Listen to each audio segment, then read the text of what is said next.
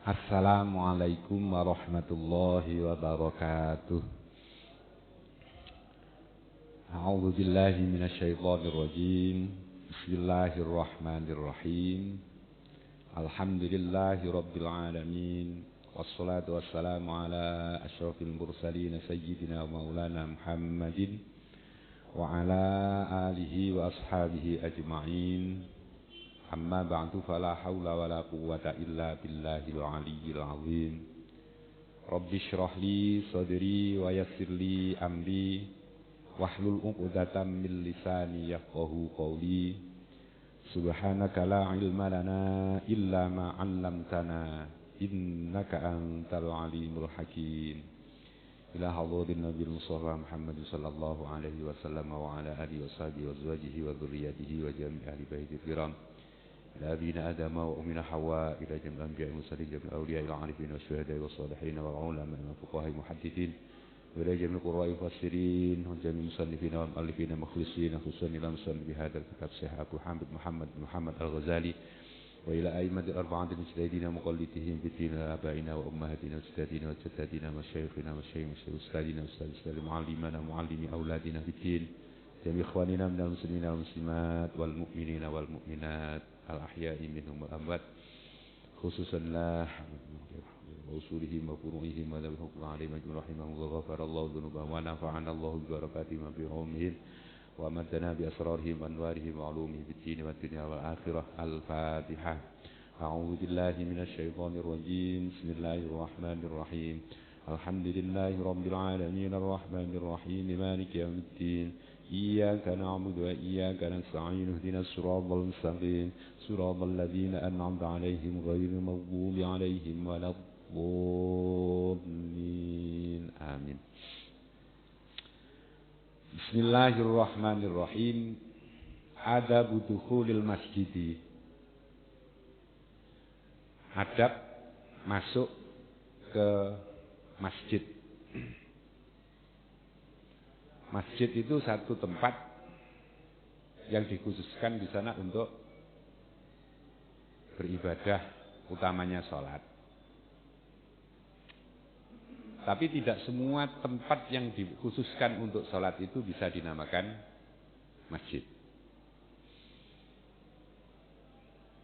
Kalau satu tempat itu diikrarkan menjadi masjid, maka di sana orang juga diperbolehkan untuk tahiyatul masjid. Tapi kalau satu tempat dipakai untuk sholat, memang dikhususkan untuk sholat, tapi tidak diikrarkan masjid, maka iktikaf di sana tidak disunnahkan.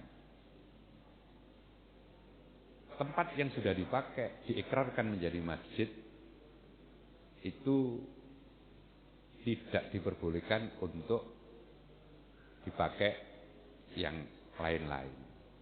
Karena di mana tempat yang di sana diikrarkan sebagai masjid, itulah tempat yang paling mulia. Kita punya tempat misalnya seperti kita buat bangunan, kemudian diikrarkan, saya wakafkan, saya ikrarkan ini sebagai masjid. Misalnya. Boleh. Tidak dipakai salat Jumat, tidak masalah. Tapi kalau sudah diikrarkan sebagai masjid, ya sudah, itu tempat yang paling tinggi derajatnya. Dan andai itu kita iktikaf, kita datang di sana, masuk di sana, dianjurkan untuk terlebih dahulu tahiyatul masjid. Maka di sini ada adab atau tata krama masuk masjid. Fa idza aradta ad-dukhulu ilal masjidi faqaddim rijlakal yumna. Fa idza aradta, nalikane ngarepno sira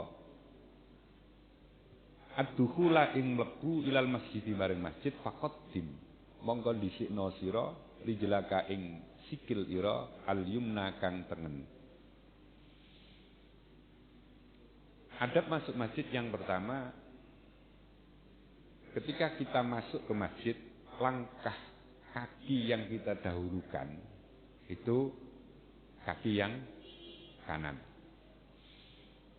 Mohon maaf, ini satu komplek ini Ini satu komplek termasuk lahan parkir segala macam. Ini kan tidak semuanya diikrarkan menjadi masjid. Yang diikrarkan bersama, yang menjadi masjid itu yang sebelah mana? Apakah luar termasuk? Apakah hanya di dalam ini? Artinya apa? Ketika diikrarkan menjadi masjid secara keseluruhan, maka juga tidak boleh sembarangan. Garis awal di mana itu diikrarkan menjadi masjid, kita harus benar-benar, misalnya kan diikrarkan masjid dalam aja, ya sudah, berarti yang masuk ke dalam ini tata cara kita masuk melangkah lebih awal itu yang sebelah kanan. Tapi kalau ikrarnya termasuk yang serambi luar itu kita ikrarkan sebagai masjid, maka mulai masuk sana juga harus dari kaki yang kanan. Wah, enggak, ini seluruhnya.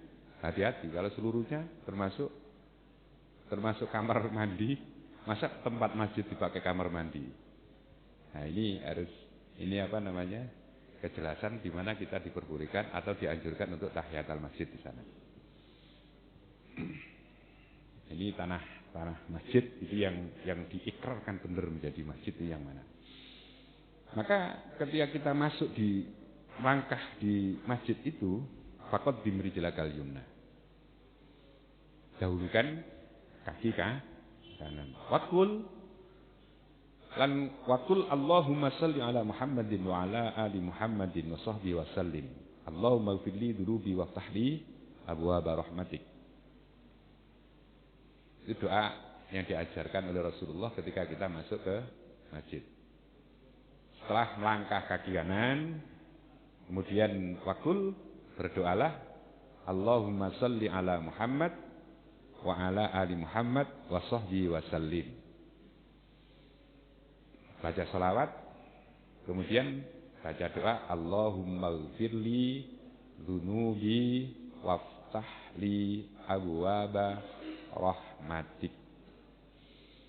Allahumma, ya Allah, ighfir, ampunilah li untukku, waftah, dan bukalah li untukku abwaaba rahmatik, pintu-pintu rahmatmu. Ya Allah, ampunilah dosa-dosaku, bukalah pintu rahmatmu untukku. Sebelumnya diawali dengan bacaan salawat. Allahumma salli ala Muhammad wa ala ali Muhammad wa sahbihi wa sallim. Allahumma ighfirli dzunubi waftah li abwaaba rahmatik. Umpama salawatnya tidak seperti itu gimana? Ditambahi sayyidina, boleh mawon. Allahumma salli ala sayyidina Muhammad wa ala ali sayyidina Muhammad wa sahbihi wa sallim. Allahumma ighfirli dzunubi waftah li abwaaba rahmatik. Sampun niku wa mahma ra'aita fil masjidi man yabi'u wa mahma ra'aita lan nalikane weruh sira fil masjidi ing dalem masjid man ing wong yabi'u kang dodolan sapa wong, fakul mongko ngucap sira la arbahallahu tijaratak. Nek kapan di dalam masjid itu ada orang transaksi jual beli atau transaksi bisnis apapun, kita dianjurkan kalau tahu seperti itu, dianjurkan untuk mendoakan dia la abrahallahu tijarataka, la abraha, muga ora paring bati sapa Allah Gusti Allah tijarataka ing daganganmu. Mudah-mudahan Allah tidak memberikan keuntungan. Ketika masjid dipakai untuk membahas urusan duniawiyah, dalam tanda kutip bisnis, perdagangan segala macam, kita tahu, kita dianjurkan mendoakan dia untuk agar Allah tidak memberikan keuntungan baginya. Karena apa? Masjid itu adalah tempat yang mulia, tidak sepatutnya untuk dipakai membahas tentang urusan-urusan yang terkait dengan duniawiyah. Wa idza ra'aita fihi man yashudu dhalatan faqul la radallahu 'alaika dhalataka kadzalika amar Rasulullah sallallahu alaihi wasallam. Wa idza ra'aita lan nalikane weruh sira fihi ing dalem masjid man wong yan sudu kang goleki sapa wong dhalatan ing barang kang ilang faqul mongko ngucap sira la rada muga-muga ora balekno sapa Allah Gusti Allah alaika tumrap sira dhalataka ing bondo ilang ira. Dan ketika ada orang yang mencari harta bendanya yang hilang di masjid,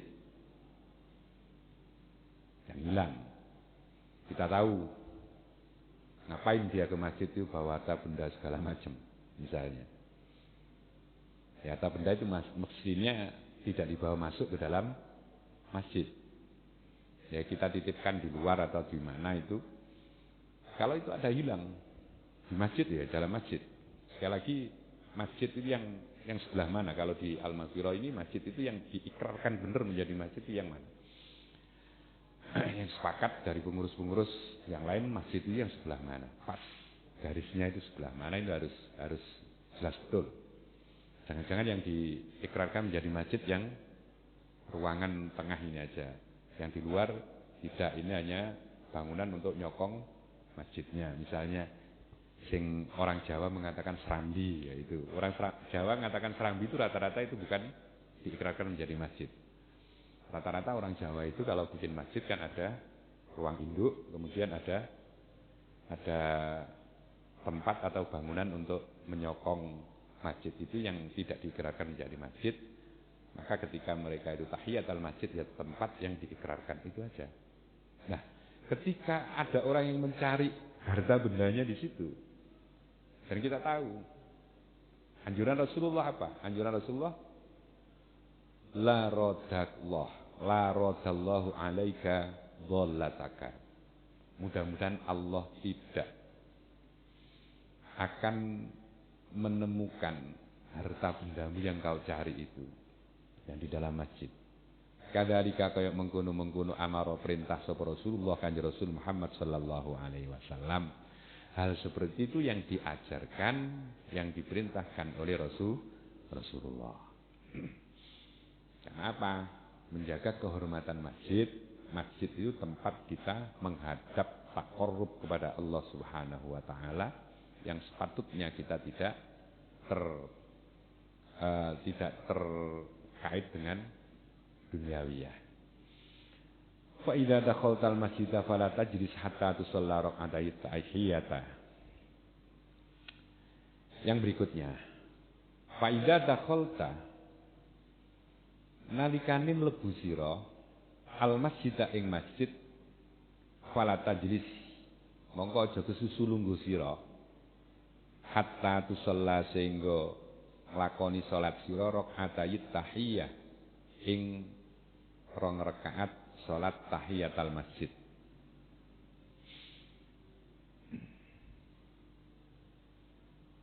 Sebelum kita duduk, jangan duduk terlebih dahulu. Hatta khutbah salat Jumat, ketika khatib sudah naik di atas mimbar, ini kan orang tidak boleh beraktivitas apapun kecuali hanya untuk mendengarkan dan memperhatikan khutbahnya khatib.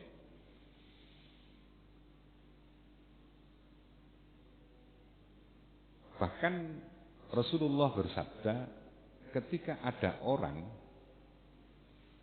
pada saat khatib itu berkhutbah, kemudian ada orang yang mengatakan, diam kamu. Mengatakan ansid, diamlah. Memperingatkan pada yang lain, misalnya ada anak kecil-kecil itu yang rame, kemudian, rame ya. Fakot lago. Ucapan seperti itu, fakot lago. Fala Jum'atalah, maka dia sia-sia Jumatnya tidak mendapatkan pahala. Hanya berkata ansid. Jadi aktivitas ketika khotib sedang khutbah, kita benar-benar dianjurkan untuk mendengarkan dan memperhatikan. Tapi ada hal yang diperbolehkan oleh Rasulullah. Hatta khotib sedang khutbah sekalipun, ketika dia datang Jumatan itu terlambat, dia khotib sudah ada di atas mimbar dan sudah mulai khutbah, dia mau baru datang masuk masjid. Ini saking pentingnya tahiyatul masjid, diperbolehkan orang itu sholat 2 rakaat dulu, sholat tahiyatul masjid. Selebihnya enggak, selebihnya dia dianjurkan tetap mendengarkan, memperhatikan khotib. Itu saking pentingnya tahiyatul masjid. Fala tajlis hatta tusolli rakaatai tahiyah. Maka jangan duduk dulu kalau masuk masjid, kecuali kalau sudah salat 2 rakaat tahiyatul masjid. Fa illam takun ala taharatin. Fa illam takun ala taharatin. Fa illam takun mongko lamun ora ana sira iku ala taharatin ing atase suci. Walam turid fi'laha, walam turid lan ora ngarepno sira fi'laha ing nglakoni tahiyatul masjid, kafatka al-baqiyatus sholihatu salatan. Kafatka mongko nyukupi ing sira apa al-baqiyatus sholihatu, maca lafaz al-baqiyatus sholihat salatan ping 3. Waqila arba'an, dan ada kaul yang lain arba'an 4 kali. Nah, kalau kita masuk masjid dalam keadaan kita tidak suci, misalnya ya, kalau di kampung-kampung itu masuk masjid ketika ada kerja bakti di lingkungan masjid, ada beberapa yang tidak suci masuk masjid. Kafatka al-baqiyatus sholihat, cukup, dan kita tidak berkehendak untuk melakukan sholat tahiyatul masjid itu, atau karena ada sesuatu hal yang sehingga kita itu tidak berkehendak untuk melakukan tahiyatul masjid. Apa yang harus dilakukan? Baca al-baqiyatus sholihat. Subhanallah walhamdulillah wala ilaha illallah wallahu akbar. Berapa kali? Salatan, waqila arba'an, 3 kali. Ada kaul lain mengatakan arba'an atau 4 kali. Itu caranya kalau di dalam masjid. Seperti barusan misalnya saya datang, ini kau kan terlambat ya. Saya agak terlambat karena hujan misalnya. Saya tidak sholat dulu. Karena apa? Ini sholat nunggunya lama lagi. Kalau seperti itu kondisinya, baca subhanallah alhamdulillah la ilaha illallah wallahu akbar 3 kali atau 4 kali. Wakilan yang diucapno salatan ping 3 lil muhdits, keduwene wong kang duweni hadas. Wa wahidatun lan pisan lil mutawaddi, keduwene wong kang duweni wudu. Kalau orang yang itu masuk di masjid kemudian tidak berkehendak untuk melakukan salat tahiyatul masjid, dia baca subhanallah alhamdulillah wala ilaha illallah wallahu akbar 3 kali. Kalau dia dalam keadaan tidak suci atau tidak punya wudu, walil mutawaddi, dan bagi orang yang punya wudu fawahidun, cukup 1 kali, fawahidatun. Fa illam takun shallaita rak'atayil fajri fayajzi'uka ada'uhuma 'anit tahiyyah. Fa illam takun mongko lamun ora ana sira, ora ana iku shallaita salat sira rak'atayil fajri ing rakaate salat sunnah fajar.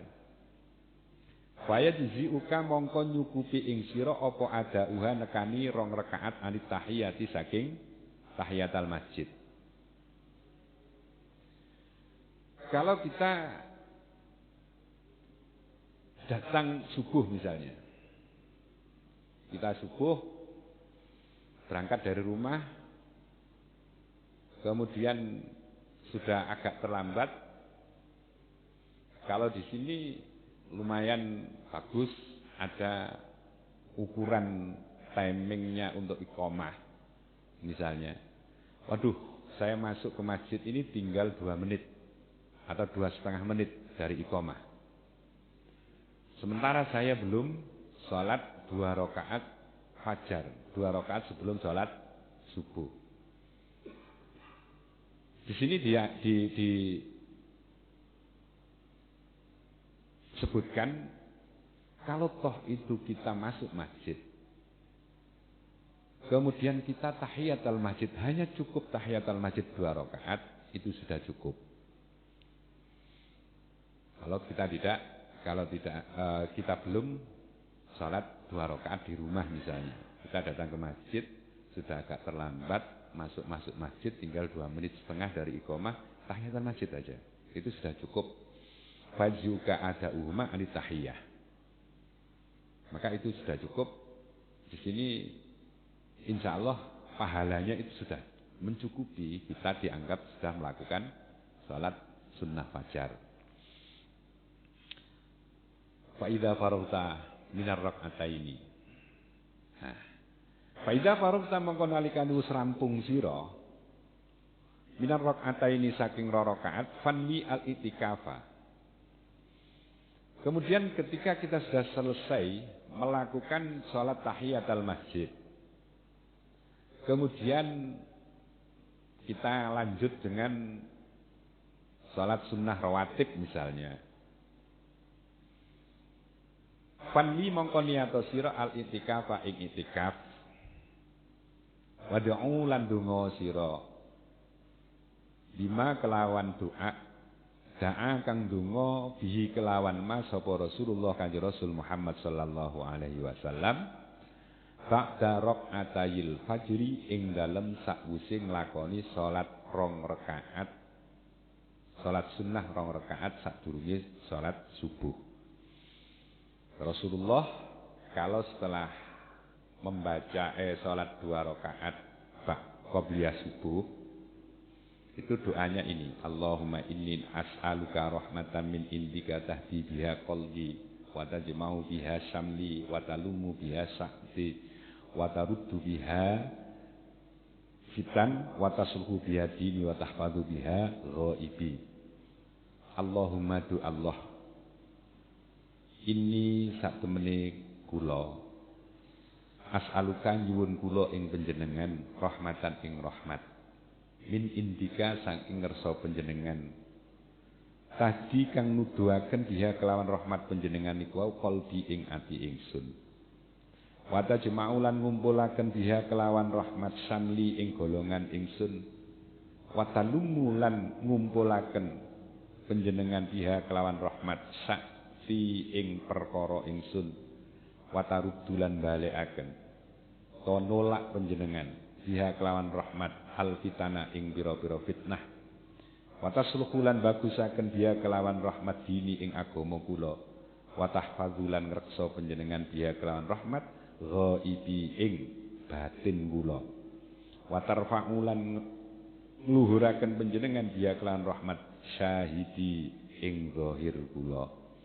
Ini doa Rasulullah ketika iktikaf setelah melakukan sholat sunnah 2 rakaat sebelum subuh. Allahumma inni as'aluka rahmatan min indika. Ya Allah, aku mohon kepadamu rahmat dari sisimu, karunia dari sisimu. Yang dengan karunia itu hatiku bisa mendapat petunjukmu. Ini doa nih. Cara di bahasa Arab nong ini wau. Allahumma inni as'aluka rahmatan min indika tahdi biha qalbi. Yang dengan rahmatmu ya Allah, hatiku dapat mendapatkan petunjukmu. Hudan atau petunjuk itu letaknya di dalam hati, dan itu sifatnya nuroniyah. Sifatnya hudan itu adalah nur, cahaya dari Allah yang dimasukkan di dalam hati seorang mukmin. Maka dan ini hak prerogatif Allah untuk memberikan hidayah kepada umat manusia.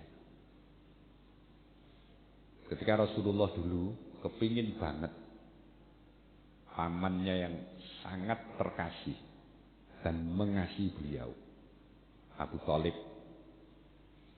Bagaimana Rasulullah kepingin banget dan berdoa kepada Allah agar Abu Thalib itu diberi hidayah oleh Allah untuk bisa beriman.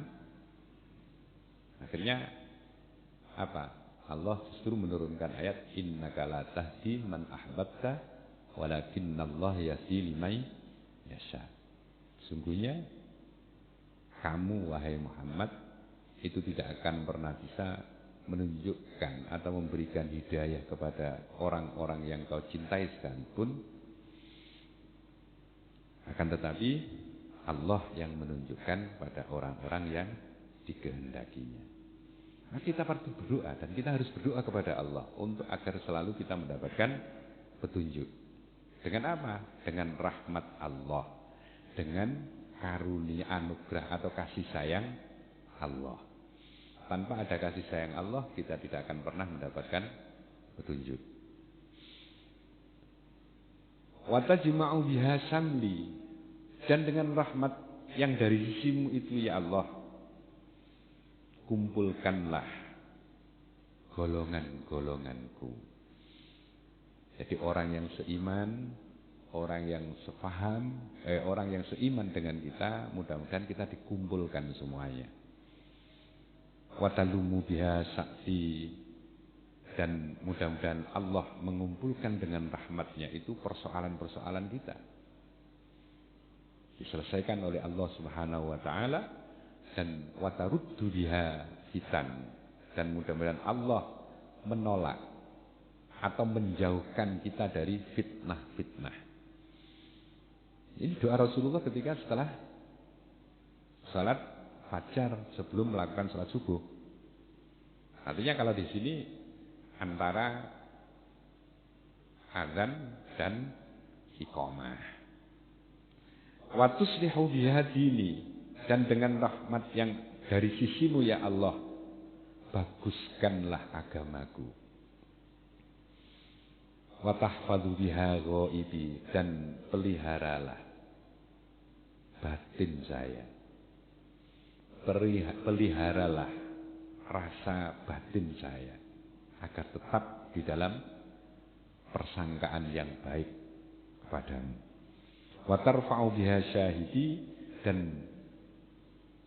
muliakanlah penampilan zahir saya. Jadi batin itu minta kepada Allah agar tetap terjaga prasangka-prasangka yang ada di dalam hati kita. Kemudian dari sisi lahiriah kita juga mudah-mudahan meminta kepada Allah, mudah-mudahan Allah memberikan kemuliaan. Wa tuzakki lan nyucikaken panjenengan biha kelawan rahmat amali ing amal kula. Wa tubayyidu lan muga mutihaken panjenengan biha kelawan rahmat wajhi ing wajah kula.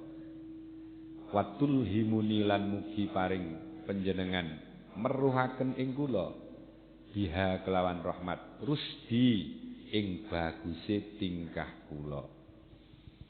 Jadi mohon-mohon yang seperti itu. Mudah-mudahan Allah mensucikan amal saya. Amal disucikan dari mana? Amal yang disucikan Allah dari penyakit-penyakit yang ada di dalam hati kita. Sehingga kita bisa beramal itu dengan ikhlas. Tidak dibarengi dengan riya, tidak dibarengi dengan kepentingan-kepentingan pribadi kita, tapi ikhlas. Mudah-mudahan diberikan Allah itu kepada kita semua. Karena perbuatan ini tidak mudah. Apalagi zaman sekarang. Zaman sekarang banyak orang beramal tidak dalam rangka ikhlas, banyak sekali karena ada kepentingan-kepentingan tertentu.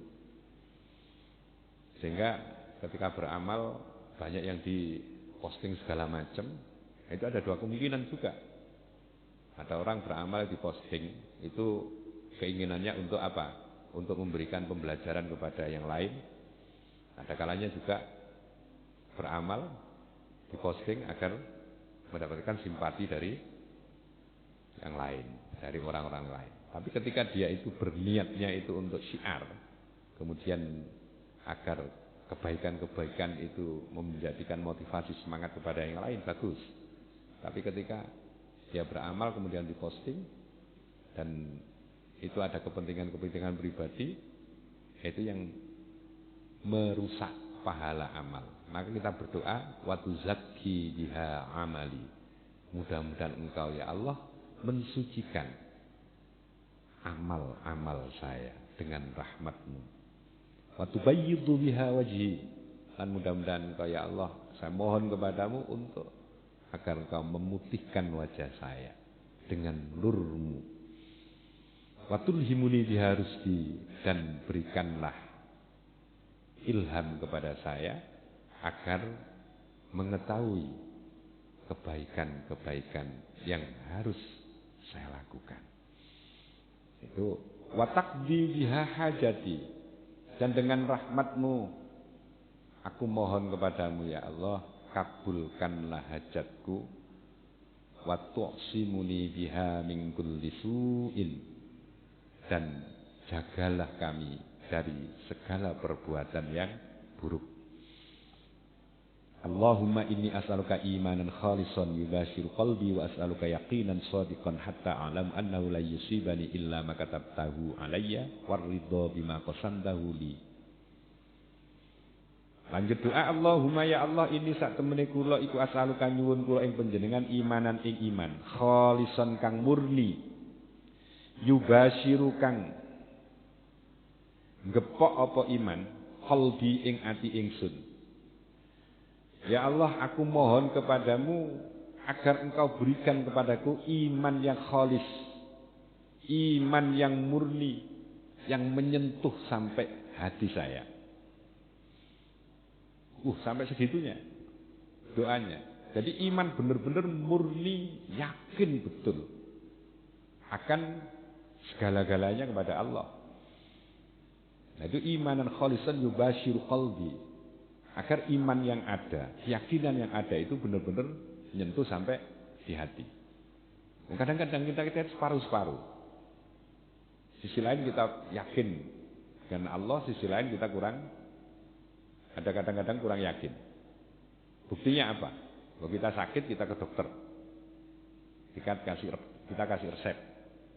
Wah, itu 80% atau 60% orang itu meyakini yang menyembuhkan itu bukan Allah. Yang menyembuhkan itu karena obat resep yang diberikan oleh dokter. Nah ini, kalau imanan khalisan, tetap kita berusaha karena itu adalah perintah ikhtiar kita untuk berobat. Tapi hakikatnya kita harus yakin betul bahwa yang membuat kita sembuh itu bukan obatnya itu. Yang membuat kita sembuh itu adalah Allah. Kalau toh obat yang membuat sembuh, tidak ada dokter yang sakit. Tidak. Kalau toh obat itu yang membuat seseorang itu menjadi sehat, maka tidak ada dokter yang, nah itu pasti. Dokter mau sakit, gimana dia punya obat, mau sakit minum obat, wah tidak sakit-sakit dia. Kalau itu yang kita yakini bahwa yang membuat sehat itu dokter. Karena ini Allah, maka Allah itu berkehendak semaunya.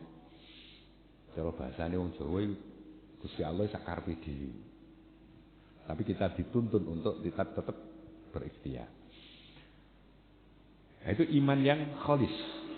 Wa as'aluka yaqinan shadiqan. Aku mohon kepadamu ya Allah, berikanlah saya keyakinan yang benar. Punya keyakinan yang shadiq, keyakinan yang benar. Karena tidak semua orang mempunyai keyakinan yang benar.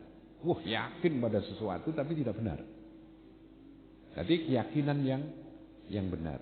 Hatta a'lamu, sehingga kula ngerti annau sak temene kelakuan niku layyusibani, ora bakal mengenani ing kula illa ma katabtahu, kejaba perkara katabtahu kang wis nulis panjenengan ing ma alayya ing atase kula, waridho lan ridho bima kelawan perkara kosam tau kang bagi panjenengan ing mali dumateng kula. Mohon kepada Allah, berikanlah ya Allah kepadaku keyakinan yang benar, sehingga saya mengetahui betul, meyakini betul, sesungguhnya apapun yang menimpa saya, baik maupun buruk, itu tidak pernah lepas dari segala sesuatu yang telah engkau tetapkan kepadaku.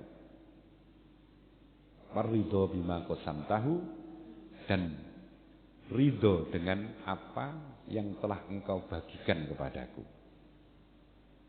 Jadi iman yang shadiq, keimanan yang benar, itu yang seperti itu. Jadi iman kepada sesuatu yang memang kita yakin bahwa apapun yang menimpa kita itu sudah kehendak Allah yang telah ditetapkan kepada kita. Khairihi wa syarrihi minallah. Baik atau buruknya sesuatu yang menimpa kita itu tidak lepas dari segala apa yang telah ditakdirkan oleh Allah Subhanahu wa taala. Kewajiban kita itu berikhtiar. Oh, ini perdebatan seperti ini, akidah yang seperti ini dari dulu. Tahun-tahun pertengahan pada saat itu pernah terjadi perdebatan yang luar biasa antara orang-orang Mu'tazilah dengan orang-orang Jabariyah. Tokoh Mu'tazilah yang terkenal itu Wasil bin Atha. Dia berpendapat bahwa segala sesuatu yang terjadi di dunia ini, segala sesuatu yang menimpa seseorang itu tidak lepas dari ikhtiar atau hasil dari perbuatan manusia itu sendiri. Kalau kamu belajar dan kamu itu sregep sinau, mesti pinter. Kalau kamu bekerja keras, mesti punya banyak uang. Kalau kamu mau begini, harus seperti ini. Jadi segala sesuatunya itu karena usaha manusia. Dan itu diyakini betul. Orang-orang Mu'tazilah seperti itu. Berbalik dengan orang-orang Qadariyah. Dia mengatakan tidak. Segala sesuatu itu karena kehendak Allah tanpa campur tangan manusia. Ini perdebatan akidah dari dulu. Maka orang-orang ahli sunnah wal jamaah yang dipelopori oleh Abu Musa al-Asy'ari ambil ini di tengah-tengah itu. Segala apa yang menimpa manusia itu adalah kehendak Allah, tapi manusia tetap ada ikhtiar di sana. Sampai diceritakan sengitnya perdebatan itu salah satu tokoh, saya lupa namanya, ya Allah, Abu Hasan Asy'ari itu punya putri yang yang masih bau kencur, katakanlah usia 17-an. Perdebatan dengan Wasil bin Atha ini yang sudah sepuh, hebat, orangnya rasional banget, hebat betul pemikirannya. Tapi ya itu akidahnya itu karena segala sesuatu itu karena kehendak manusia, tidak ada campur tangan Allah. Allah hanya menilai amal kamu. Kalau amal baik, maka kamu akan menjadi baik. Kalau kamu jelek, menjadi jelek. Itu aja. Orang ahli sunnah enggak. Tetap ada campur tangan Allah di sana. Akhirnya apa? Wah, udah ini aja. Saking perdebatan dengan adu hujah yang luar biasa, enggak ketemu. Akhirnya akal-akalan. Udah. Saya punya anak putri. Akhirnya anaknya ini karena ini orang alim juga. Anaknya ini dinikahkan sama Wasil bin Atha yang tua itu. Dinikahkan. Tapi dipesen, nanti kamu kalau kumpul sama suamimu minta terus berkali-kali. Bener minta. Akhirnya tidak kuat dia. Minta terus. Baru dia sadar bahwa iya benar. Ternyata andaikan itu segala sesuatunya itu hasil dari pemikiran dan usaha manusia tanpa campur tangan Allah, orang bisa menentukan apa saja. Ternyata dia diajak berhubungan berkali-kali tidak kuat dan tidak bisa bangun. Ya itu baru paham, iya ada Allah di sana. Berbalik dengan orang-orang Qadariyah atau Jabariyah, enggak, semuanya karena Allah. Semuanya karena Allah. Akhirnya orang-orang ahli sunnah wal jamaah bantahnya itu gampang. Karena semua karena Allah. Ini orang-orang Mu'tazilah seperti itu. Karena usaha manusia. Anda beramal baik, maka surga yang akan kamu dapatkan. Anda beramal jelek, maka neraka yang akan kamu dapatkan. Orang ahli sunnah wal jamaah enggak. Neraka surga itu karena kehendak Allah. Fadl. Kalau toh masuk surga itu karena fadl Allah kepada seseorang. Kalau toh dimasukkan ke neraka itu karena keadilan, sifat keadilan Allah. Kok bisa? Ya, seperti itu. Tapi kita dianjurkan untuk beramal baik dengan Allah menjanjikan kamu beramal baik, kamu akan masuk surga. Logikanya seperti ini. Ada yang bantah seperti ini. Akhirnya yang ini. Kalau tidak percaya begini. Ada orang punya 3 anak. Ini lanjut nopo dilu malih ya. Orang punya 3 anak. Yang pertama dia sampai besar. Kemudian ditakdir oleh Allah menjadi anak yang bandel banget. Bandel. Akhirnya orang-orang ini mengatakan bahwa dia pasti neraka toh. Yang satu, saudaranya yang satu, ditakdir oleh Allah orang yang sangat baik. Sehingga pandangan dia ini mesti surga. Yang satu mati kecil. Yang satu mati kecil. Kalau mati kecil berarti belum punya dosa. Tempatnya di mana? Sehingga orang yang ditakdir oleh Allah yang berbuat jelek sehingga dimasukkan neraka ini tadi mesti protes. Kenapa? Ya Allah, saya protes, tidak mau dimasukkan neraka. Kenapa? Saya tanya dulu. Adik saya yang kecil dulu kenapa kok mati kecil? Karena kata orang-orang Qadariyah itu karena sifat sayang Allah. Karena Allah tahu bahwa ini nanti kalau besar itu nanti akan menjadi bandel. Karena sayang Allah maka dia dimatikan kecil. Wah kalau gitu saya protes. Kenapa saya dulu nggak dimatikan kecil? Sehingga saya menjadi orang yang nakal dan akhirnya menjadi masuk neraka. Tidak ketemu. Tetap aja yang keyakinan yang pas adalah surga dan neraka itu adalah kehendak Allah. Cuman kita diwajibkan untuk melakukan perbuatan yang baik. Maka kita mesti harus berdoa, as'aluka ya Allah yaqinan shadiqan hatta a'lamu annahu la yusibani illa ma katabtahu alayya warridha bima qasamtahu li. Ya Allah, berikan kepadaku keyakinan yang benar sehingga saya mengetahui tidak ada sesuatu yang menimpaku kecuali apa yang telah Engkau tetapkan kepadaku, dan berikanlah saya kerelaan hati dengan segala sesuatu yang telah Engkau berikan kepadaku. Jadi tidak ada, akhirnya apa? Kita tidak suudzon kepada Allah. Waduh, saya dikasih kayak begini, Allah itu tidak adil. Tidak ada sampai seperti itu. Nah ini mudah-mudahan kita berdoa kepada Allah semuanya. Mudah-mudahan kita tetap diberi rahmat oleh Allah Subhanahu wa taala, kita diberi ridhonya, kemudian kita mampu untuk melihat segala sesuatu dengan nilai-nilai kebaikan yang ada. Wallahu a'lam bishawab. Al-Fatihah.